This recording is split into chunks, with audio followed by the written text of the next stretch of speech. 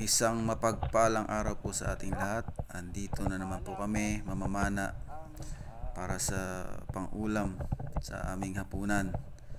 Medyo malakas ang hangin at medyo malabo din ang tubig gawa ng bagyong dumadaan sa aming lugar. At kasama ko ulit si Butch Cassidy. Siya ulit ang tagakuha ng video. At tara po at samahan niyo po ulit kami at sana'y makahuli tayo ng isda para sa ating hapunan. Right, mga kasama, abang-abang na lang po mamaya.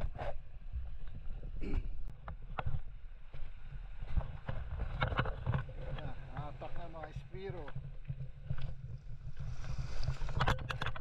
Kasama ko nga pala dito si Butch. Ayan, yan po si Butch. Ayan, at sa unang isda po namin, bagamat medyo malabo po ang tubig, medyo malayo po si Butch sa akin, kaya hindi po natin makuhanan ng magandang video. Ito po, isa pong bluefin trevally, at kung tawagin po sa amin yan locally sa Pundakit, sa Zambales, tawagin po namin yan asulan. Yan po ang tawag sa amin yan locally, asulan. Sa ibang lugar naman yata ay talakitok din.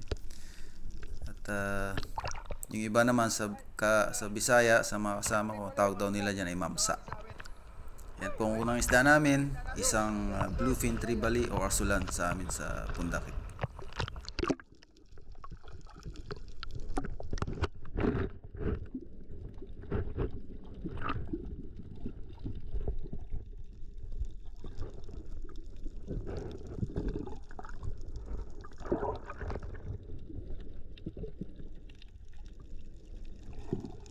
Ito po gawa ng wala po akong dalang kutsilyo o diving knife.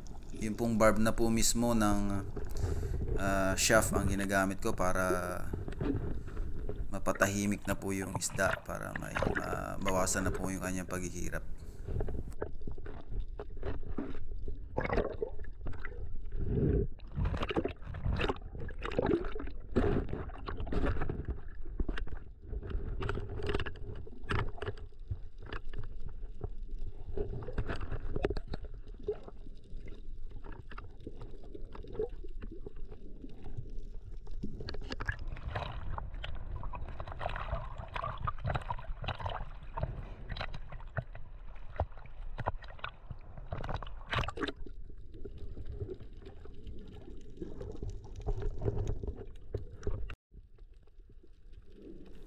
Bago nga pala tong dive na to, marami pa po akong attempt na nag-ambush, pero wala po talagang lumalapit at magpakitang malalaking isda. Kaya hindi ko na po yun isinasama sa video. At sa dive po na ito, nakapana po ako dito ng dalawang balangin sa isang panaan, kasi malalapad po sila. Sinadya ko po silang pagtapatin para hindi masayang at nagbakasakali, at yun nga po, nakaswerte naman at tinamaan natin dalawa. Hindi ko po alam kung anong tawag dito sa English, pero parang family din ito ng rabbit fish. Tawag po sa amin dito sa Zambales, sa Pundakit, ay balangin. Ewan ko po sa ibang lugar, comment nyo po kung ano pong tawag sa inyong lugar. Masarap po ito sa bawan, iprito, ipaksiw. Yan po ang gustong luto namin dyan. Salamat.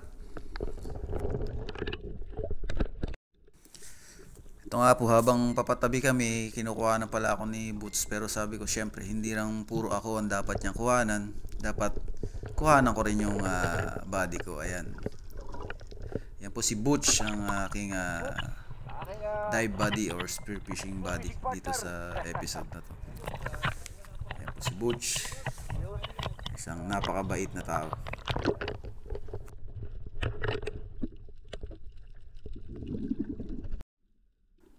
Bago nga pala ulit ang dive na to, marami pa rin akong attempt na ginawa sa pag-ambush, pero wala pa rin talagang lumalapit at medyo mailap ang ibang isda.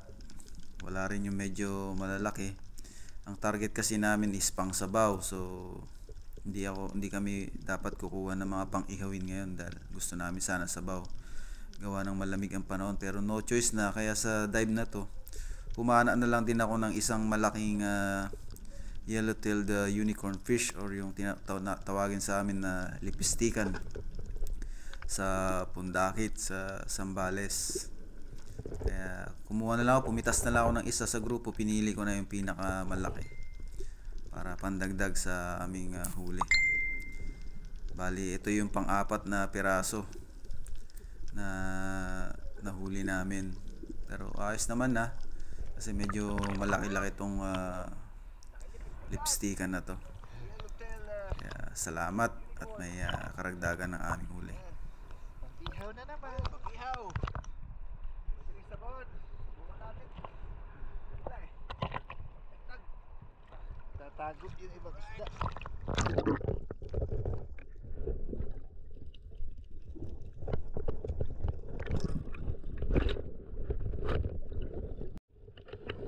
Sa dive nga pala na to, ito kung makikita nyo, nag-ambush ako ng ilik sana dyan, ilak, or yung gray drummer, kaso sadyang magalaw at medyo mailap, kasi parang lagi yatang pinapanaan tong lugar na to ng mga local, kaya napakahirap, ang hirap tsempuhan, at lalo na medyo magalaw nga yung dahil medyo maalon. Kaya nakakapit tayo sa bato. Nakailang attempt ako dyan, pero talagang hindi tayo napagbigyan. Kaya after nitong last attempt na to, umuwi na lang kami. Dahil okay naman na yung huli rin namin. Kung sasabawan namin yun, sobra-sobra na sa amin. Kaya salamat pa rin.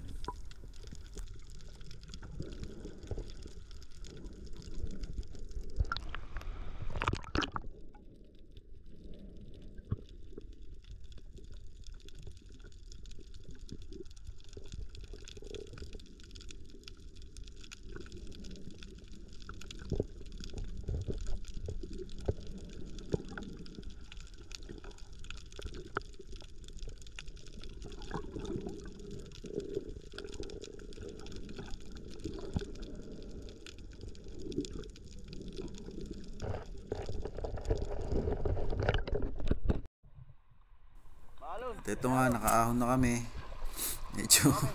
Medyo hirap lang si boss dahil hindi niya tinanggal yung fins niya, paahon. Ako tinanggal ko, kaya nakalakad ako ng maayos. Tumahon na kami sa binabaan namin kanina. Mapapansin nyo talagang maalon. At para maihabol namin sa panghapunan yan yung mga isda.